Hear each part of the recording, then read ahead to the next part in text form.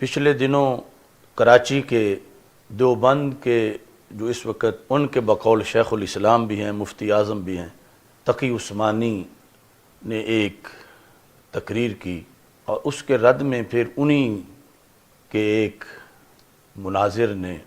اس کا شدید رد کیا۔ حضرت شیخ احمد کبیر رفاعی رحمت اللہ علیہ بڑے درجے کے اولیاء اللہ میں سے ہیں، بزرگان دین میں سے۔ بہت مدت تک مدینہ طیبہ جانے کی خواہش تھی، آرزو تھی، ہر مسلمان کو ہوتی ہے، وہ تو اللہ والے بزرگ تھے، ان کو تو کتنی ہوگی، لیکن سال کی خواہش کے بعد موقع ملا ایک دن حاضری کا نبی کریم صلی اللہ علیہ وسلم کے روضہ اقدس کے سامنے، تو وہاں بے ساختہ جا کر 2 شعر پڑھے۔ شعر کا مطلب یہ تھا کہ یا رسول اللہ، میں دور سے، جب میں آپ سے دور تھا تو میں اپنے روح کے ذریعے آپ کی خدمت میں سلام بھیجا کرتا تھا، اللہم صلی علی سیدنا، درود کے ذریعے سلام بھیجا کرتا تھا، لیکن آج اللہ تبارک و تعالی نے یہ موقع مجھے عطا فرمایا کہ میں خود آپ کے روضہ اقدس پر حاضر ہوں۔ فامدد یدیک لکی تحظی بہا شفتی، تو یا رسول اللہ اپنا دست مبارک بڑھائیے تاکہ میں آپ کے دست مبارک کو بوسہ دے۔ یہ شعر پڑھ تو مورخین نے لکھا ہے کہ جو ہی یہ شعر پڑھے تو روضہ اقدس میں سے نبی کریم سرور دو عالم صلی اللہ علیہ وسلم کا دست مبارک ظاہر ہوا، اور ہزاروں انسانوں نے یہ نظارہ کیا کہ دست مبارک ظاہر ہوا۔ احمد کبیر رفاعی رحمۃ اللہ نے دست مبارک کو بوسہ دیا اور دست مبارک پھر واپس رہا۔ اتنا عظیم الشان واقعہ ان کے ساتھ پیش آیا کہ جب حضرت سیدنا شیخ احمد کبیر رفاعی قدس سر العزیز رسول اکرم نور مجسم شفیع معظم صلی اللہ علیہ وسلم کے روضہ اقدس پر مواجہ شریف کے سامنے جا کر اپنی محبت کا اظہار اشعار کی شکل میں کیا تو رسول اکرم صلی اللہ علیہ وسلم کا چمکتا ہاتھ باہر آیا اور انہوں نے اس کو بوسہ دیا۔ یہ بات تقی عثمانی نے اپنی تقریر میں کی۔ اس کے رد کے اندر ان کا ایک بزام خیش مناظر، اس نے تقی عثمانی کو یہ کہا کہ منبر پر یہ مفتی بیٹھ کے جھوٹ بول رہا تھا۔ کل میں نے کراچی کے ایک مفتی کا کلپ سنا، میں حیران ہو گیا، جس کو شیخ الاسلام بولتی، وہ مفتی صاحب منبر پہ بیٹھ کے جھوٹ بول رہا تھا، شیخ الاسلام صاحب، اور وہ جھوٹ کیا کہ فلانا بزرگ نبی کریم علیہ السلام کی قبر پہ گیا اور اس نے کہا یا رسول اللہ، میں جب دور تھا تو اپنا جسم بھیجا، اپنا روح بھیجا کرتا تھا سلام کے لیے، اور اب آپ کے روضہ پہ آ کے میں نے جسم کو حاضر کیا ہے، لہذا مہربانی فرماؤ ہاتھ باہر نکالو تاکہ میں مصافحہ کر لوں۔ تو آپ نے اپنا ہاتھ مبارک باہر نکالا اور اس بزرگ نے مصافحہ کیا، ہزاروں آدمیوں نے دیکھا، تو انتہائی لحاظ کے ساتھ کراچی کے مفتیوں سے میرا سوال ہے کہ اس واقعہ کی صحیح سند پیش کرو۔ تمہیں شرم آنی چاہیے شیخ الاسلام اور حضرت اقدس کہلاتے ہوئے کہ منبر پہ بیٹھ کے جھوٹ بولتے ہو، اور جھوٹ بھی ایسا، یہ کس حدیث میں واقع آیا؟ یہ مورخین لکھتے ہیں، تو کون سا جھوٹ ہے جو مورخین نے نہیں لکھا؟ اور مجھے تعجب اس بات پہ ہے کہ جس آدمی کو ہم بڑا معتدل سمجھتے ہیں باقی مولویوں میں سے، مفتی تقی، یہ وہ بیان کر رہا ہے، تو اس لیے گزارش مفتی تقی کی خدمت میں بھی یہ ہے کہ آپ اتنے بڑے مفتی ہو کر یہ جھوٹ بولتے ہوئے خدا سے نہیں ڈرے؟ تجھے اپنی آخرت کا کوئی فکر نہیں ہوا؟ ایسے جھوٹ خرافات بکتے ہوئے تیرے ان جھوٹوں دوسرے جو عام، جن کی مثال مثلو کمثل الکلب ہے،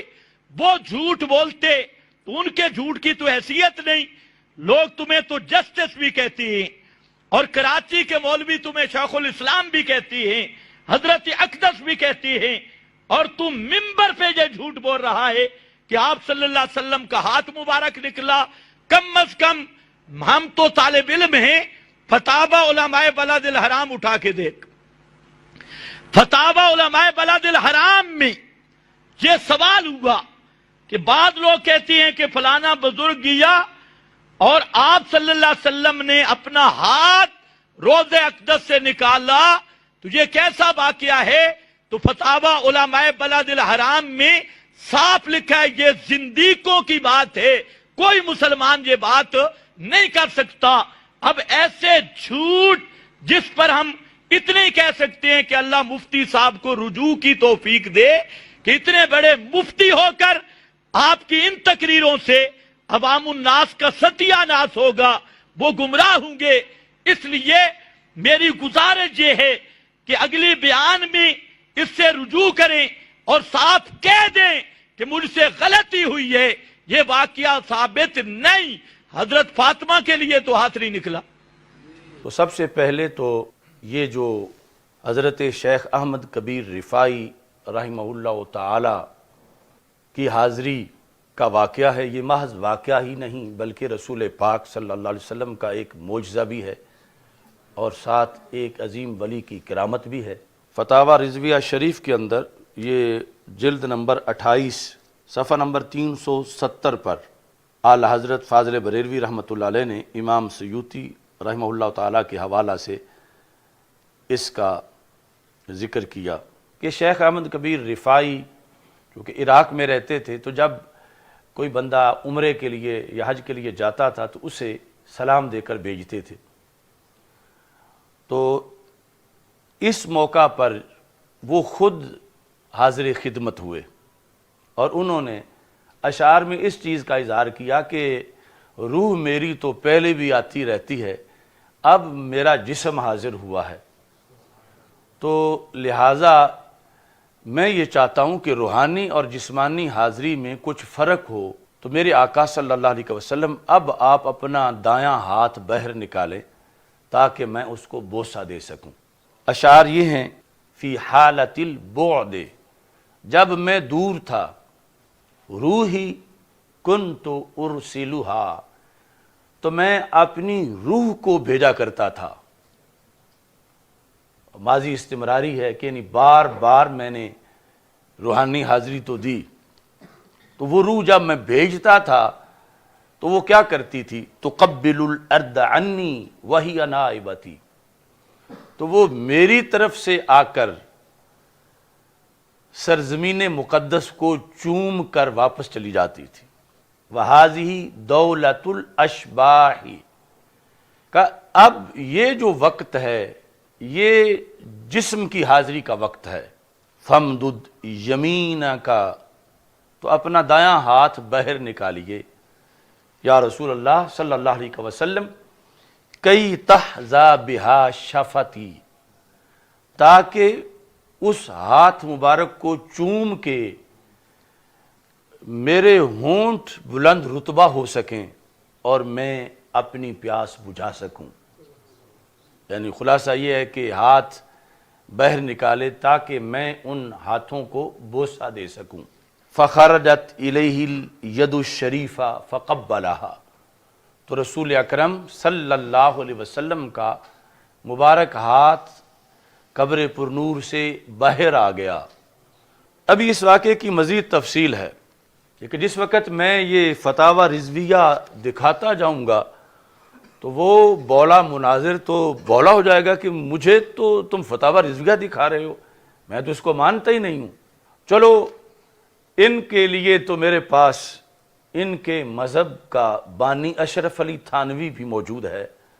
اب زندیق کہے گا تو اسے زندیق کہے گا، تقی عثمانی پر تو بات نہیں رکے گی. اور جو اس نے کہا کہ یہ مسلمان، کوئی مسلمان یہ بات نہیں کہہ سکتا، اور یہ کہا کہ تم ممبر پہ بیٹھ کے جھوٹ بول رہے تھے، اور یہ جتنے جو کچھ بھی اس نے کہا وہ سارے کا سارا تقی عثمانی کے بعد اشرف علی تھانوی پہ بالکل آ کے حملہ ہو رہا ہے. یہ جلد نمبر 5 ہے، الافادات الیومیہ، ملفوظات حکیم الامت، جو ان کا حکیم الامت ہے اشرف علی تھانوی. یہاں پر 5ویں جلد میں 244 صفحہ ہے. اس کے اندر یہ موضوع چل رہا ہے کہ اللہ کے جو ولی ہیں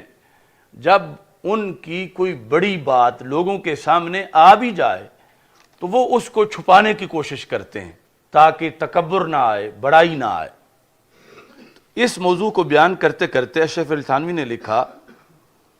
چنانچہ حضرت سید احمد کبیر رفاعی رحمۃ اللہ علیہ کا واقعہ ہے کہ وہ حضور اقدس صلی اللہ علیہ وسلم کے مزار مبارک پر حاضر ہوئے اور شدت شوق میں یہ اشعار پڑھے. وہی فی حالت البعد روحی کنت ارسلها تقبل الارض عنی وہی نائبتی وہذہ دولت الاشباہ قد حضرت فامدد یمینک کی تہزا بہا شفاتی. یہ دونوں شعر لکھے یعنی ملفوظات کے اندر موجود ہیں اشرف علی تھانوی کے. ساتھ لکھا ہے فوراً ہی حضرت کا دست مبارک مزار مبارک سے باہر ظاہر ہو گیا. فوراً انہوں نے دوڑ کر بوسہ دیا حضرت شیخ احمد کبیر رفاعی رحمہ اللہ تعالیٰ نے اور بے ہوش ہو گئے. اس وقت حضور کے دست مبارک کے نور سے سورج بھی ماند ہو گیا تھا. یعنی 555 ہجری تھی لیکن ابھی تک دست رسول صلی اللہ علیہ وسلم کی روشنی اتنی تیز تھی کہ جب قبر مبارک سے ہاتھ مبارک باہر آیا تو دن دہاڑے سورج کی روشنی پر ہمارے آقا صلی اللہ علیہ وسلم کے ہاتھ کی روشنی غالب آ گئی. اب اس نے بکروی نے بلا وجہ اس کا رد نہیں کیا،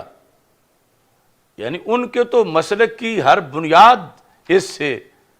اس پر زلزلہ آتا ہے کہ پہلے یہ کہ رسول پاک صلی اللہ علیہ وسلم سن لیتے ہیں، سن کے سمجھ لیتے ہیں، پھر جو کوئی اپنی گزارش کرتا ہے سرکار پوری بھی کر دیتے ہیں، اور پھر جو یہ دن رات کہتے ہیں کہ معاذ اللہ ہم جیسے بشر ہیں، ہم جیسے بشر ہیں، مٹی کے ہیں، تو اس عقیدے کا رد ہے کہ یہ تو ہاتھ مبارک 555 ہجری میں بھی اتنا چمک رہا تھا کہ اس کی روشنی سورج کی روشنی پر غالب آ گئی. اشرف علی تھانوی کہتا ہے کہ اس وقت 90,000 آدمی کا مجمع تھا، یعنی اس کے راوی اتنے زیادہ ہیں. مسجد نبوی شریف میں چونکہ حج کا موقع تھا تو 90,000 کا مجمع تھا جس میں بڑے بڑے کتب اور غوث ابدال اوتاد بھی موجود تھے. حاضرین میں سے ایک بزرگ سے پوچھا گیا کہ اس وقت تم کو کچھ رشک ہوا تھا، یعنی یہ کیا تمہارے اندر بھی ہے کہ کاش کہ میرے لیے بھی رسول پاک صلی اللہ علیہ وسلم کا ہاتھ مبارک باہر نکلتا؟ تو ان بزرگ نے جواب دیا کہ میں بیچارہ کیا چیز ہوں، اس وقت تو فرشتے رشک کر رہے تھے. یعنی یہ اشرف علی تھانوی نے مزید وضاحت کر دی اس واقعے کی کہ فرشتے بھی رشک کر رہے تھے. اشرف علی تھانوی ادارہ تالیفات اشرفیہ بیرون بورڈ گیٹ ملتان کی یہ چھپی ہوئی 5ویں جلد، اور اس کے اندر یعنی جس بنیاد پر یہ تقی عثمانی کو زندیق کہہ رہا ہے اور کہہ رہا ہے کہ مسلمان یہ بات نہیں کر سکتا اور کہا کہ یہ جھوٹ ہے، تو وہ بات بلکہ کچھ اضافے کے ساتھ اشرف علی تھانوی کے ہاں سے بھی برآمد ہو گئی. یہ اصل میں یہ ہر ان کا جو بعد والا جنم ہوتا ہے وہ پہلو سے گمراہی میں فاسٹ آتا ہے. ہم نے ان کو آئینہ دکھانے کے لیے اشرف علی تھانوی پیش کر دیا ہے. اب قانون کے لحاظ سے تو ہمیں اور کسی حوالہ کو پیش کرنے کی ضرورت ہی نہیں کہ وہ اشرف علی تھانوی سے کلیئر ہو کے پھر ہماری طرف آئیں، اس پہ سارے فتوے لگائیں اور ان کی صراحت کریں. اور جو تقی عثمانی کو رجوع کی دعوت دی، اب یہ تو رجوع بھی نہیں کر سکتا، تو اس کے بعد پھر کوئی شوق ان کو ہو مناظرے کے چیلنج کا یا واہیات بولنے کا، کیونکہ وہ بظاہر اس کو حیات کہتے ہیں لیکن ہے واہیات، پھر جو ہے وہ آگے بڑھے. مگر ہمارے پاس اللہ کے فضل سے اس کے بہت زیادہ حوالہ جات، یعنی امت میں جو چیزیں سینہ بسینہ یا تحریراً رائج ہوئیں جن کو امت مانتی ہے، اب یہ دیوبند والے کیا اپنے بزرگوں کی یا 5ویں صدی کے لوگوں کی 6ٹھی صدی کی کیا وہ حدیث کی سند ان کی لے آتے ہیں یا وہاں سے سند کو اپنے تک ڈھونڈتے ہیں؟ روزانہ جمعے میں جو کچھ بیان کرتے ہیں جن ذرائع کی بنیاد پر وہ بیان کرتے ہیں اس سے تو بڑے ذرائع اس بات کے موجود ہیں اور بڑے بڑے ائمہ نے اس کو ذکر کیا۔ اس سلسلہ میں امام سیوطی رحمہ اللہ تعالی بہت بڑا نام ہے، ان کی کتاب وہ بھی فتوے کی الحاوی للفتاوی، اس کی دوسری جلد کے اندر امام سیوطی رحمۃ اللہ علیہ نے اس کو لکھا ہے 261 صفحے پر، اور اوپر ٹائٹل ہے باقاعدہ، یہ نہیں کہ بعض چیزیں کوئی لکھ کے راوی مصنف کا مقصد ہوتا ہے لکھ کے رد کرنا، تو لکھی تو وہ بھی ہوتی ہے، تو یہاں رد کرنا مقصد نہیں بلکہ ایک دعوے کو ثابت کرنا مقصد ہے۔ وہ کیا ہے کہ امام سیوطی رحمۃ اللہ علیہ نے یہاں پر اس فتوے میں اوپر ٹائٹل یہ دیا ہے ما ورد فی من رأى النبی صلی اللہ علیہ وسلم یقظۃً، کہتے ہیں وفی بعض المجامع حج سیدی احمد الرفاعی، کہ بعض مجامع کے اندر موجود ہیں کہ شیخ احمد کبیر رفاعی رحمہ اللہ تعالیٰ نے حج کیا، فلما وقف تجاہ الحجرۃ الشریفہ انشدہ، جب حجرہ شریفہ، اب جو آج نجدی یا یہ جو مماتی ٹولہ ان کے نزدیک تو اس حجرہ کو شریفہ کہنا بھی جائز نہیں، حجرہ شریفہ انشدہ، تو شعر پڑھے شیخ احمد کبیر رفاعی رحمۃ اللہ علیہ نے،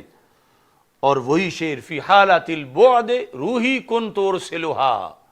تقبل الارض انی وہی نائبتی وہذی دولت الاشباح قد حضرت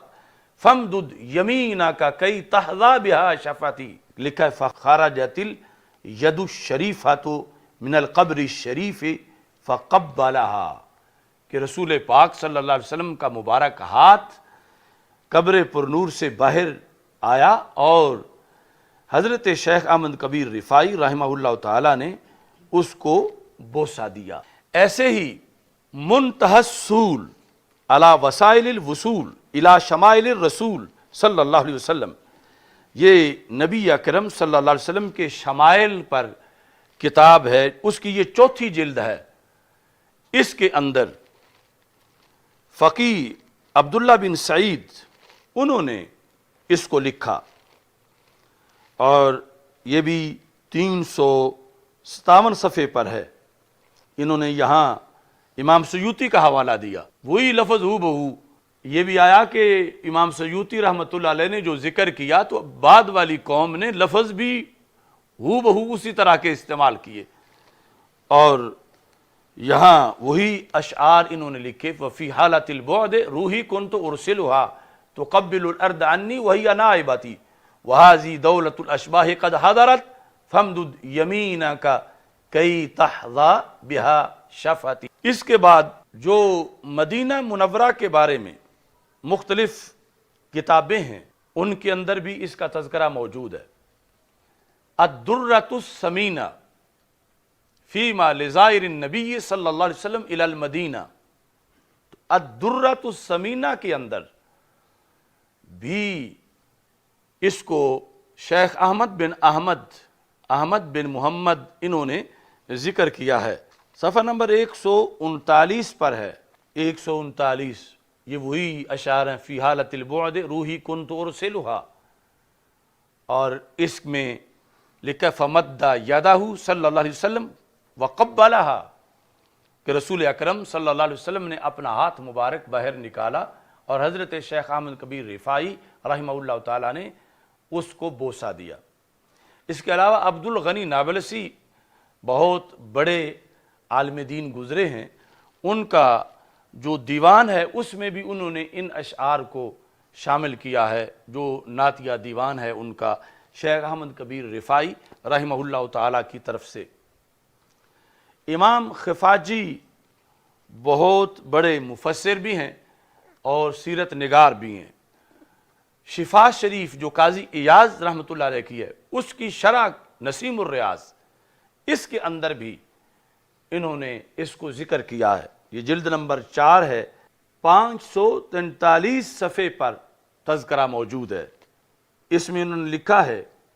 وَكَانَ سیدی الشیخ احمد بن رفاعی کل عام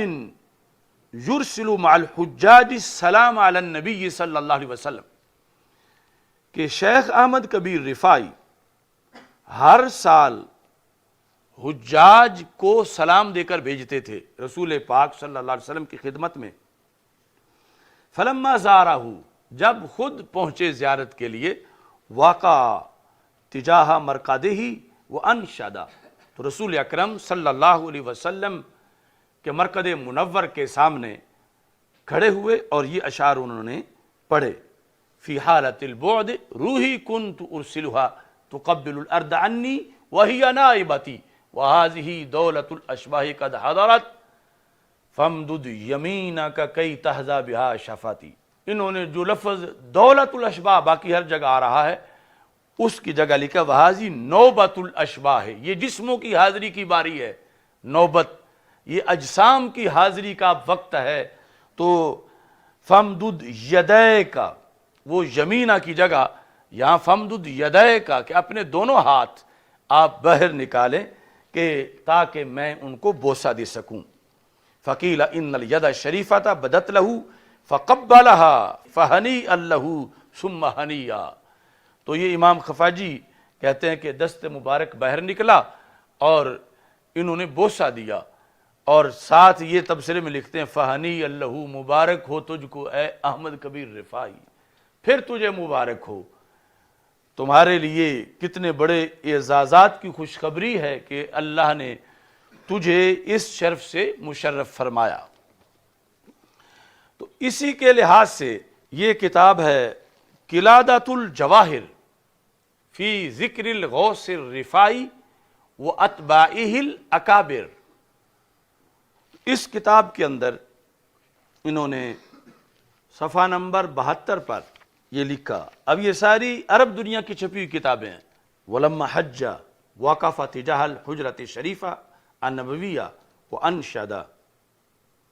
فِي حَالَةِ الْبُعْدِ رُوحِي كُنْتُ أُرْسِلُهَا تُقَبِّلُ الْأَرْضَ عَنِّي وَهِيَ نَائِبَتِي وَهَذِهِ دَوْلَةُ الْأَشْبَاهِ قَدْ حَضَرَتْ فَامْدُدْ يَمِينَكَ كَيْ تَحْظَىٰ بِهَا شَفَتِي.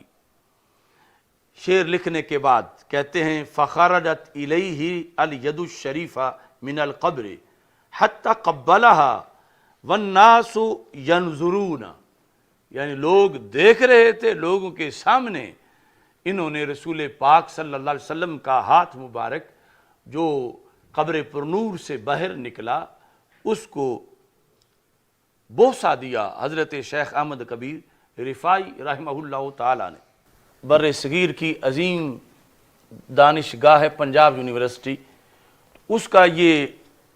کئی جلدوں میں چھپا ہوا ہے, اردو دائرہ معارف اسلامیہ. اس کی یہ 10ویں جلد ہے. اس 10ویں جلد کے اندر شیخ احمد کبیر رفاعی رحمہ اللہ تعالیٰ کے حالات کو لکھتے ہوئے 318 صفحے پر انہوں نے کہا کہ جب یہ واقعہ پیش آیا تو حضرت غوث اعظم رضی اللہ تعالیٰ عنہ بھی وہاں موجود تھے, اس مجمع میں جن لوگوں نے ہاتھ مبارک دیکھا. تو کہتے ہیں کہ مستند روایات شیخ عبد القادر جیلانی رحمہ اللہ تعالیٰ کو ان لوگوں میں سے ظاہر کرتی ہیں جنہوں نے 555 ہجری میں مدینہ منورہ میں آن حضرت صلی اللہ علیہ وسلم کا یہ عجیب معجزہ دیکھا کہ آپ نے اپنا ہاتھ مزار مبارک سے باہر نکالا تاکہ شیخ احمد کبیر رفاعی اسے بوسہ دے سکیں. اس کی ان گنت حوالہ جات ہیں. اب رسول پاک صلی اللہ علیہ وسلم کی ذات کے کمال کے بارے میں تو کوئی سندیسہ بھی دے دے. یعنی حضرت صدیق اکبر رضی اللہ تعالی عنہ کو تو آ کے ابو جہل نے کہا تھا کہ وہ کہتے ہیں میں راتوں رات آسمان پہ گیا ہوں, عرش پہ گیا ہوں. تو حضرت صدیق اکبر رضی اللہ تعالیٰ عنہ نے کہا ٹھیک ہے تو ابو جہل ہے, مگر میرے محبوب صلی اللہ علیہ وسلم اگر فرماتے ہیں تیرے بقول تو سچ فرماتے ہیں. اور ادھر یعنی ان کو اتنا اندر سے مروڑ ہے کہ اگر وہ بات اس بندے نے کہہ دی جس کو یہ اپنے طور پر خود بھی شیخ الاسلام ہی مانتے ہیں، اور یا اشرف علی تھانوی جس کو حکیم الامت اپنے طور پر مانتے ہیں، لیکن جب اس نے وہ بات لکھ دی جو ایک حقیقت ہے زمانے کی، کہ جس سے رسول اکرم صلی اللہ علیہ وسلم کی بعد از وصال حیات مبارکہ ثابت ہوتی ہے، جس پر امت کا اجماع آیا ہے شیخ عبدالحق محدث دہلوی رحمۃ اللہ علیہ کے فرمان کے مطابق، تو اتنا بغض ہے ان کو کہ وہ بات اپنے نے بھی کی تو اسے بھی کہا یہ زندیق ہے، اور پھر یہ نہ سوچا کہ جس نام پر انہوں نے مدارس بنائے ہوئے ہیں اشرفیہ، اور جس نام پر یہ آگے سب کچھ کر رہے ہیں، جن اپنے بڑوں کے نام پر، ان کی کم از کم آب حیات ہی پڑھ لیں، قاسم نانوتوی کی یا دیگر جو اس کے ساتھ ملنے والے ہیں۔ تو بہرحال اصل یہ لوگ اس رستے پہ چلے کہ جو آگے سے ہے ہی بند، اگرچہ اس کو آگے سے بند نہ کہیں، دیوبند کہیں، مگر وہ ہے ہی بند، انہیں پھر پلٹ کے اپنے پچھلوں کو کوسنا پڑتا ہے یا پھر ریکارڈ اپنا جلانا پڑتا ہے۔ تو اللہ کا فضل ہے، ہم اہل سنت و جماعت اس نظریے پر ہیں جو صفحہ پہ پڑھایا گیا، اور آج اللہ کے فضل سے ہم اس پہ قائم ہیں۔